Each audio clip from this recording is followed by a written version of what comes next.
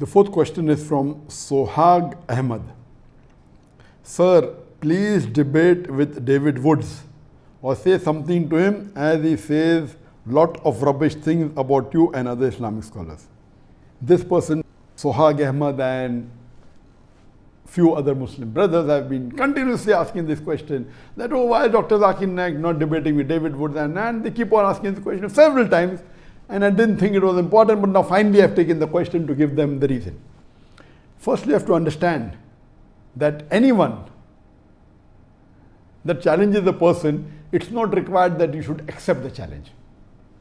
As far as you realize, there are many non-Muslims who are becoming famous just by trying to criticize a popular person. Generally, it's a general rule, whether Muslim or non-Muslim, if he criticizes a popular personality or a celebrity, that person becomes famous. This is a common thing, it's nothing new. So because of that, David Woods is one of the Christians who has spoken against me and spoken against some of the other Muslim scholars and tries to challenge them. Why I have not accepted such challenges? The reason is that, first of all, we should not give publicity to such people. That is the reason I didn't want to answer this question. Then I thought of answering the question without taking the name of David Woods. If you go to David Woods' YouTube, you find that he has spoken against me, and those videos that made against me gets views more than 1 million or close to 1 million. So we are giving him free publicity. There was a time when I was involved in the Dawah in my initial stages in the early 90s, and when internet was new. In the mid-90s, internet was new, and when I went to America in the mid-90s, one of the first sites that was against Muslims was Answering Islam, and the person who used to run this site was Joshin Katz. And that time we were new in the field of Dawah, and when anyone wrote against Islam, I used to go out of the way and reply to them. Anyone wrote against me, I used to reply to them. And then I realized the moment we reply to them, you have another 10 counter questions. So what we realized, that my positive work is being stopped. If really that question is a logical question or a question that deserves a reply, should be replied. But these frivolous arguments, at that time when I was new, I told Joshin Katz that, okay, do you want to debate with me? You're writing against Islam. He said, do you think I'm a fool to debate with Dr. Zakir Naik? That was his reply. So if you see in the initial stages of my Dawah in the late 90s, in the early 2000s, I had many debates. And then I realized that debating is not the best, it should be done when required.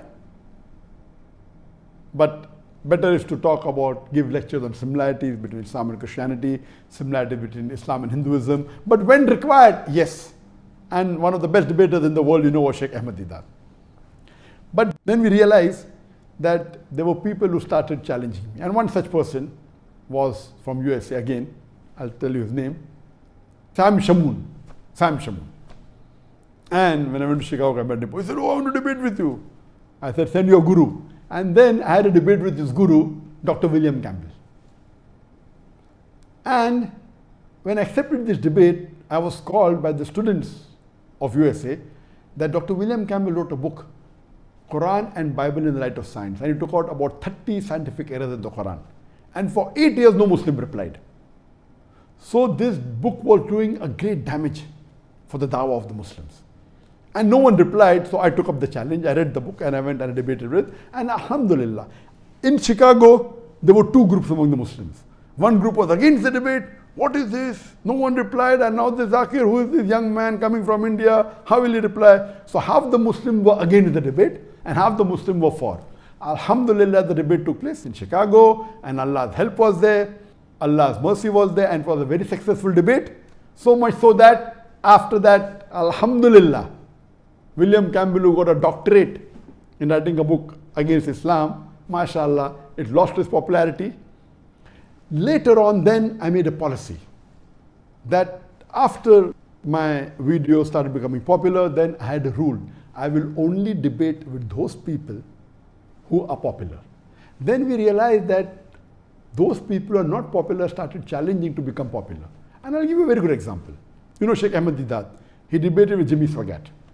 And Jimmy Swaggart at that time was one of the most popular televangelists. He was multiple times more popular than Sheikh Ahmad Deedat.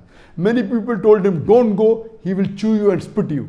But Alhamdulillah, Sheikh Ahmad Deedat had the help of Allah and he gave a knockout to Jimmy Swaggart. We have another example, he debated with Anis Furosh. Anis Furosh wasn't known at all. But when Anis Furosh debated with Sheikh Ahmad Deedat, Alhamdulillah, won him lock, stock and barrel, but Anis Furosh became popular. So what we realize that when you debate with someone who's popular and an unpopular person debates with a popular person, the unpopular person becomes famous overnight. So why should we make the unpopular Christian missionaries as popular?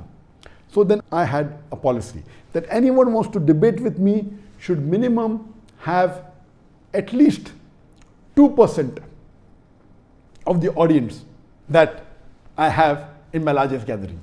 And earlier I said that anyone who can gather 10,000 people individually for a lecture, I will debate him. After that, there was a middle person who requested me to debate with Sri Ravi Shankar. And you know, Sri Ravi Shankar is one of the most famous Hindu preachers in the world.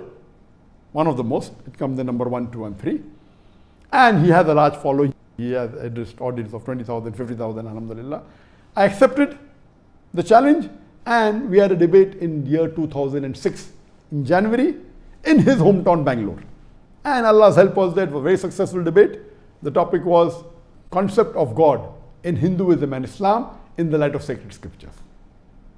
Since 2006, there are many people who challenge me for a debate. And when anyone challenges me, I say that I don't waste my time. There are hundreds of people who address large audiences. They're very popular. And my largest gathering that I have given a lecture is previously was in Kerala, then it was in Kishanganj, Bihar, where more than 1 million people attended. So 2% of 1 million is 20,000. So my criteria was I would not mind debating any non-Muslim on any topic of comparative religion as long as he can gather minimum 20,000 people for his live lecture. Not a conference. In conferences there are 20, 30 speakers. They might not have come for him particularly.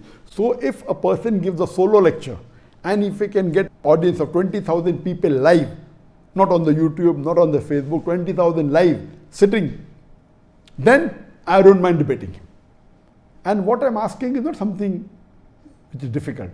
There are hundreds of Hindu preachers in India who have audiences more than 20,000. There are hundreds of Christian missionaries who have audiences more than 20,000. So I tell, if people like Sam Shamoon or people like David Woods want to have a debate, let them become popular. Why do they want to ride on my bandwagon? And if you can't get that gathering, only thing you have to do is convince with your material any other Christian preacher. There are many. Franklin Graham is there, Billy Graham is there, Morris Cerullo is there. There are many. There are 100 speakers that I know in Christianity who have given live lectures to more than 20,000 people.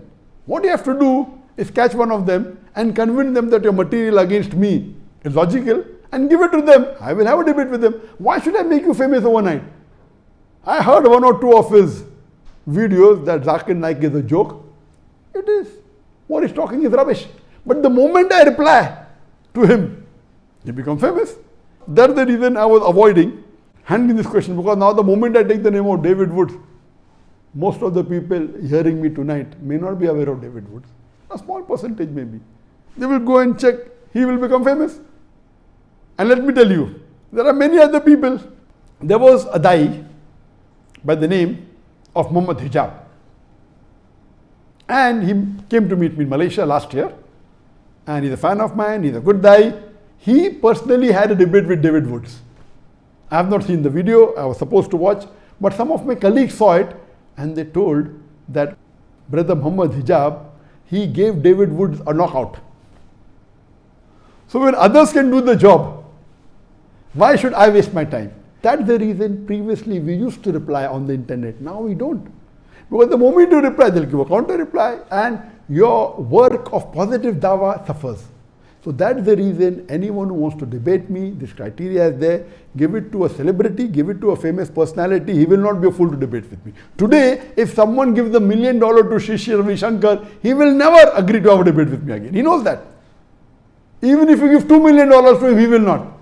Because he's a celebrity. He will lose his following. And he already lost many people in that debate who are his followers, who called him God. They accepted Islam.